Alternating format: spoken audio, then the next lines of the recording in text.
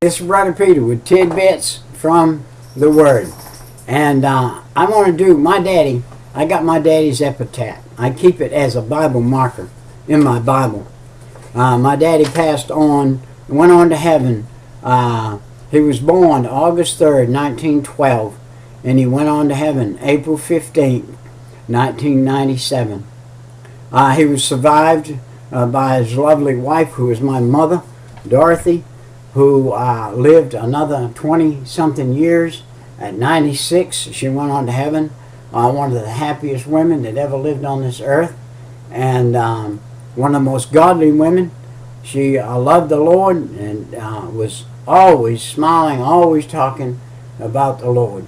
Nothing was ever said out of her mouth that didn't say, the Lord made me happy today, the Lord did this, or the Lord did that, and that's the way. She also was survived by a son that has gone on now. He was survived by Howard L. Hutchins Jr., who was a man who is gone now on. Lord, we hope that Roy went to heaven. Roy claimed to be a Christian. We all have problems in our life. We all have things that would say, this thing you need to get rid of, or that thing you need to get out of your life, but we don't know how exactly that works. And then, of course, there was a son, myself, which was Peter, and then I have a brother named Robert, who needs to be saved, who needs Jesus Christ in his heart, who has been a procrastinator, and God has allowed him to live. It's not God's will that any should perish and go into hell. And this young man has lived a life away from God. And then I had a sister, her name was Claudia, another sister, Rebecca. And these were the survivors after our Father went to heaven. And our Father said that we need to, I had another son, Timothy, who preceded my father in going away from here. He died in an automobile accident years before my father did. He was the youngest son. It's amazing that the youngest son should be the first to die. In this day and age, it's not uncommon. In this day and age, our young people live right on the edge of death on a daily basis, every day. Taking medicine, taking pills, taking dope, taking stuff. They know not whether it's going to kill them dead right there on the spot. And it's killing many. Now my daddy said this, I'm free. When I see that, I am free. He is free of the world. He is free of the chains of the world that were here. And he said, don't grieve for me, for I'm free. I'm following the path God laid for me. He took his hand when I heard him call. I took his hand when I heard him call. I turned my back and left it all. As I said in an excerpt before today, that Peter did that. Turned back on the world. He left it all. To laugh, to love, to work and play. Task left undone must stay that way. I found that peace at the close of the day. If my parting has left a void, then fill it with remembered joy. A friendship shared, a love, a laugh, a kiss. Oh yes, these things I too will miss, but not burdened with time of sorrow. I wish you the sunshine of tomorrow. My life's been full. I savored much. Good friends, good times, a love, one touch. Perhaps my time seemed all too brief. Don't lengthen it now with undue grief.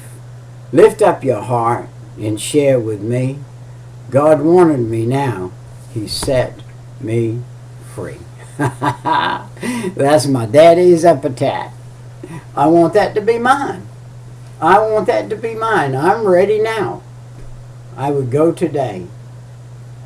But I think like the Apostle Paul said, he said, I'd like to go to heaven right now, but I have a need to stay here to help some others. And that's why God's got me here, to help some others. I know not what will befall me in this life before I leave to go with the Lord, but I want to be free. I want to be free today, even on this earth.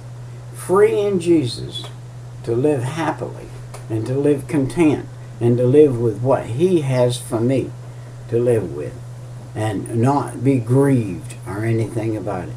My daddy was a soul winner. I'm 72 and I started college last Thursday. You say, you're some kind of nut, Peter. You're 72 and you started college. My daddy started college when he was 72. And let me tell you what he did. 4 years he graduated with high honors. The highest honors of the school he graduated with. The highest honors in the school he graduated with, 72 to 78. And he graduated with high honors. And I'm not going to graduate because I don't have a high school education. I don't have a grammar school education, so I'm not going to be able to graduate, but I can still do the course. I can do the course, and I can have all of the information. And what does it make any difference whether I have a worldly certificate or not? Who cares about a worldly certificate? What I care about is knowing Jesus better and fuller every day. Knowing His Word better and fuller every day. That is mine. And that was my daddy's. That was my dad. You could ask him anything. I don't care what you asked him. Ask him anything from cover to cover about the Bible, and he'd tell you the answer. And he wouldn't have to go hunt it. He'd just tell it to you right then. Well, so-and-so is here in Kings, and so-and-so is here in Chronicle, and so-and-so is here in Matthew, and so-and-so is here in Revelation. He'd just tell you. He knew it. And my daddy, by the way, is one of the great witnesses. My daddy and my mama are one of the great witnesses in heaven now, looking over the banisters of heaven, seeing what's going on. And the Bible said we have a great cloud of witnesses. Not only not only God's witnesses, you know the devil has witnesses that are looking too. And if you fall, boy, they run to God right quick and say, hey, look, he fell. And God said, I already got him forgiven. I forgave him before he fell. I justified him just as if he had never ever sinned. He's justified. Just as if he had never sinned. Wow.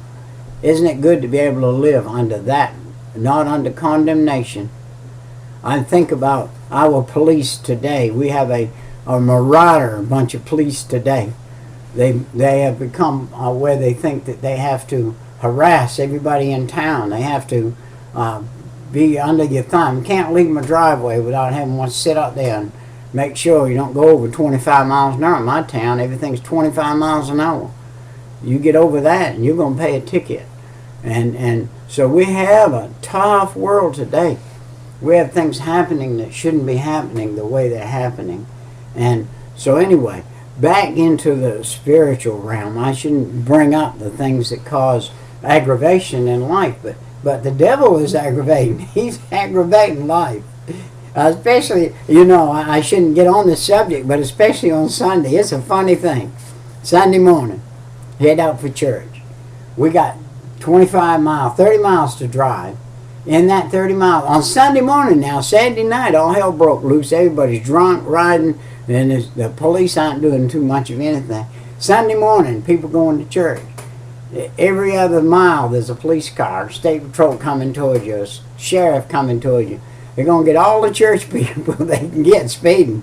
If you're a Christian, you better mind it. I've got now where I set my cruise control on whatever the speed limit is. I set that cruise and just let it go. And I guarantee you, between here and church Sunday morning, I'm going to pass 2 to 3 policemen. And they're going to whip around and get everybody they can get on Sunday morning. Hey, the devil is working. He doesn't like Christians. He doesn't like church people. He doesn't like people. They might let the Saturday night crowd go, but he's going to catch the Sunday morning crowd if he can catch them. So, to disturb the service. The devil's out to disturb your life and disturb the service that you're into on Sunday. Listen, if you've never asked Jesus to forgive you of your sin, come in your heart and save your soul, you need to do that. You need to say, Jesus, I am a sinner. Forgive me of my sin. Come in my heart and save my soul. My time's come and gone. We'll see you next time.